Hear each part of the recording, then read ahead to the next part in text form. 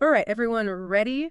Today we're going to be focusing on Mariana, a documentary filmmaker who really takes us to some incredible places off the beaten path. Oh, yeah, she's got a knack for that, doesn't she? She does, and we've got 3 of her films that we're going to be looking at today, Okay. and I think it's going to be pretty exciting. Sounds good. So we're starting our journey in Antarctica. Oh, Okay, I know, right? A place that most people only dream of seeing. yeah. But Mariana didn't just go there. She decided to navigate the infamous Drake Passage.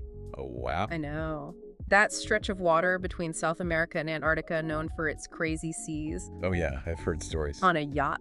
A yacht. Oh, my gosh, that is And intense. that's adventurous filmmaking right there. Yeah, talk about dedication to your craft, right? Like, Right. I mean, most people would just hop on a, cruise ship or something. Totally. But to take a yacht through the Drake Passage, It's intense. yeah, that's next level. I mean, just picturing the logistics of filming Yep. amidst those waves and the icy winds and everything. I bet she had to have specialized equipment and, like, yeah. techniques to even keep the camera steady. Totally. That's wild. So the source mentions that she captured some stunning footage of glaciers, penguins, this classic Antarctic shots. Yeah. But what really stood out to me was her visit to the Ukrainian Vernadsky research station. Oh, interesting. Yeah, it has such a cool history. It actually dates back to the British Antarctic Survey, Mm.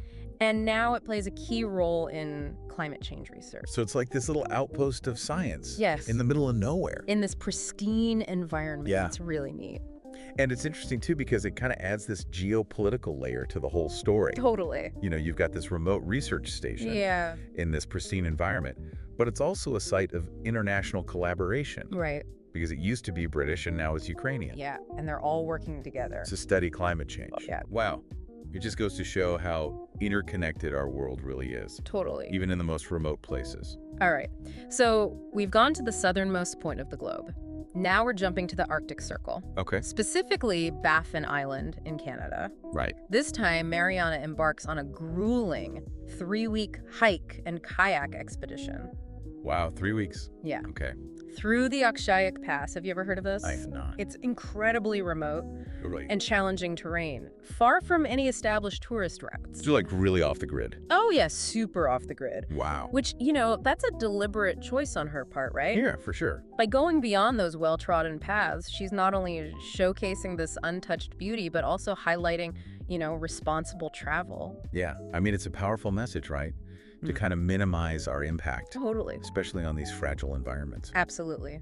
The source describes the Akshayak Pass as having this mystic beauty with towering peaks, untouched glaciers, and dramatic cliffs. Oh, So I'm picturing just epic scenery. yeah, that sounds incredible. And it's interesting because the source also mentions that Inuit legends and spirits are said to inhabit these landscapes. Oh, wow. So there's like a spiritual element to it, too. Yes. I wonder how she incorporates that into her film. Right. Does she interview elders? Does she incorporate traditional storytelling techniques? Yeah, because that's such an important part of representing indigenous cultures. Yeah, To approach their stories with sensitivity and respect. for sure. Make sure that their voices are heard authentically. Okay, so from icy landscapes and challenging expeditions, Mariana's next film takes a completely different turn. Oh, really? She turns her lens towards Greece, Okay. but not the Greece we typically see, on postcards and travel brochures. Right. This documentary series was filmed in the Peloponnese region during the 2020 pandemic lockdown. Oh, wow. So Greece, like, completely empty. Exactly. That's got to be a unique perspective. It is. The source describes it as Greece without tourists, without noise, without interruption. Wow. I can't even imagine. And because of that, she was able to capture some unrepeatable aerial shots of these ancient wonders. Oh, wow. Think ancient Olympia, the Corinth Canal Mycenae. Oh, my gosh. So all those iconic places, Well, without the crowds. that must have been surreal. I know. It's like stepping back in time. It is. It's like a time capsule almost. Yeah. It's interesting, though, because it kind of brings up this tension, right? Oh, yeah. Between the beauty of experiencing a place without tourists Yeah. and the economic impact of tourism. Especially for a country like Greece Exactly. that relies so heavily on it. Yeah, it's a complex issue. It is, and it's something that I'm sure she explores in her film. I'd be curious to see how she tackles that. So we've journeyed from the icy wilderness of Antarctica to the rugged beauty of the Arctic, and now we're immersed in the ancient history of Greece. Wow, what a ride. It's been quite a journey, and we've only just scratched the surface of Mariana's work. I know, it's amazing how much she's already done. Let's take a quick pause, and when we come back, we'll delve a little deeper into her storytelling techniques and the lasting impact of her documentaries. Sounds good. I'm ready for more. All right, we'll be right back. We're back, and I don't know about you, but I'm still just like in awe of those incredible locations that Right. she chooses. Yeah, it's like she has this internal compass that points her to the most visually stunning, but also culturally significant places on the planet. It's true. It's not just about the places themselves, though, right? Oh, absolutely. It's about how she captures them. Totally. Remember that scene in the Antarctic documentary where the camera slowly pans across this massive glacier and it's just silence except for like the cracking of the ice? Oh, it gave me chills. I know. Yeah. It's not just a pretty shot. Yeah. It's like this powerful reminder It is. of the scale Yeah. and fragility of these environments. You really feel the impact of climate change in those moments. Yeah. You know, it's not just about statistics and Yeah. reports. It's about seeing it firsthand. Yeah, it is. And it kind of makes you feel both awe and concern at the same time. Definitely. And that brings us to another interesting aspect of her work, I think. That element of adventure. Oh, yeah. Whether it's battling those rough seas in the Drake Passage or trekking through that remote Akshayuk Pass, Right. there's this sense of daring and resilience. Totally. It's like woven into the fabric of her films. Do you think that sense of adventure is something that comes naturally to her? That's a good question. I mean, she clearly has a thirst for exploration She does. and a willingness to push boundaries. But, you know, she's also a skilled storyteller. Yeah. And she understands how that adventure can engage an audience.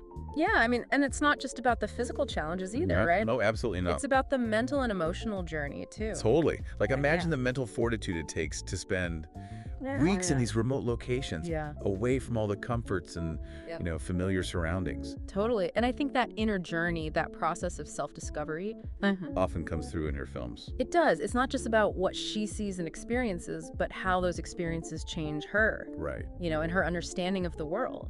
And that's what makes her work so compelling. Yeah. It's not just like a travelogue. Right. It's deeper than that. Much deeper. It's this exploration of, like, what does it mean to be human? Yeah. The power of nature, the search for meaning in this complex world. Couldn't have said it better myself. And you know, this kind of brings us back to that idea of her ability to weave these stunning visuals Yeah.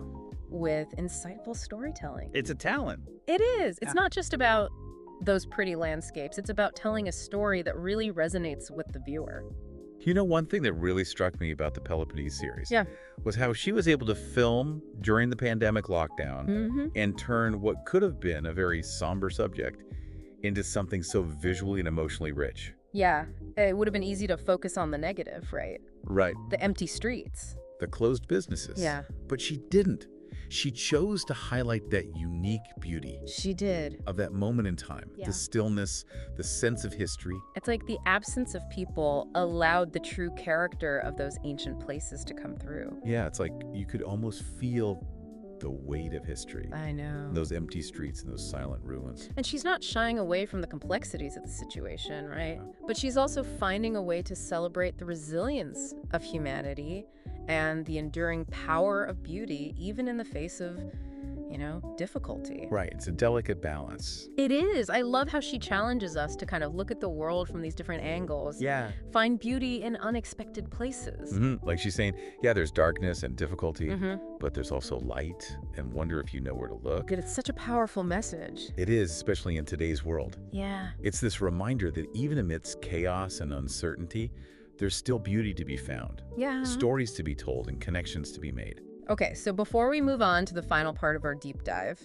I want to circle back to something we touched on earlier. Okay. That idea of responsible travel and filmmaking. Yeah.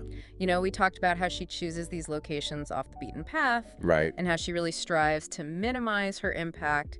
But what are some of the other ethical considerations What? That's a big one. that documentary filmmakers face? Especially when working in these sensitive cultural contexts. It's a great question, and something that every filmmaker, especially in this genre, needs to be thinking about. Yeah, for sure. Mm. It's about finding that balance between telling a compelling story Mm-hmm. and respecting the dignity and privacy Right. of the people and communities being filmed. Because there's always a risk, right? Oh, Of exploitation, Yeah. of misrepresenting or Yeah. sensationalizing cultures yeah, for the sake of entertainment. exactly. And that's where transparency and collaboration are so important. I agree. Yeah. Building trust with the communities you're working with, Mhm. involving them in the process, Yeah. making sure that their voices are heard and their perspectives are respected. And that goes beyond indigenous cultures, right? Absolutely. To any community or individual being documented. It's about approaching every subject Yeah. with empathy and sensitivity, Yeah, recognizing that everyone has a story to tell they do. and that they have a right to have that story told with dignity and respect. This has been such a good conversation. It has. I've always, appreciated documentaries, but now I have a whole new level of respect I know. for the artistry and Yeah. the craft that goes into making them. Me too. It's really inspiring. And I think that's one of the things I love most about Mariana's work. What's that? It sparks that curiosity, Yeah. that desire to go beyond the surface, explore the world with a more critical and discerning eye. Well said. Okay, so we are going to move into the final part of our deep dive. Okay. But first, Yeah. we need to take a quick break. Sounds good. We'll be right back. Okay, so we're back and ready for the final part of our deep dive into Mariana's work. I'm excited for this. We've talked about so much already. Yeah, her adventures. Her eye for those hidden gems. Those incredible visuals. But there's this one crucial element that we haven't really explored yet. Oh, yeah, you're right. The magic that happens in the editing room. Oh, the editing room. Oh. That's where it all comes together. It is. It's easy to get swept away by, those breathtaking landscapes and the incredible stories and everything. Right. But the way that all of those elements are woven together in the final film, Yeah, that's what really elevates Mariana's work it's true. to another level. It makes such a difference. It does. I mean, I'm just picturing those vast sweeping shots of the Antarctic juxtaposed with the, close-ups of the penguins waddling on the ice, Oh, yeah. or the rhythmic splash of her kayak paddle cutting through those still waters of the Arctic. Mhm. It's those carefully crafted transitions and sequences Mhm. that really create that sense of immersion and wonder. For the viewer. I mean, And luckily for us, we have some insights into this process from a renowned film editor oh, wow. who's worked on tons of acclaimed documentaries. That's awesome. And they point out that editing isn't just about assembling those clips, Uh-huh. It's about shaping the narrative, Yeah. creating a flow and a pacing Mm. that draws the viewer Well, in. keeps them engaged. It's like a whole other art form. So the editor's like a co-author of the story. Oh, in a way they are.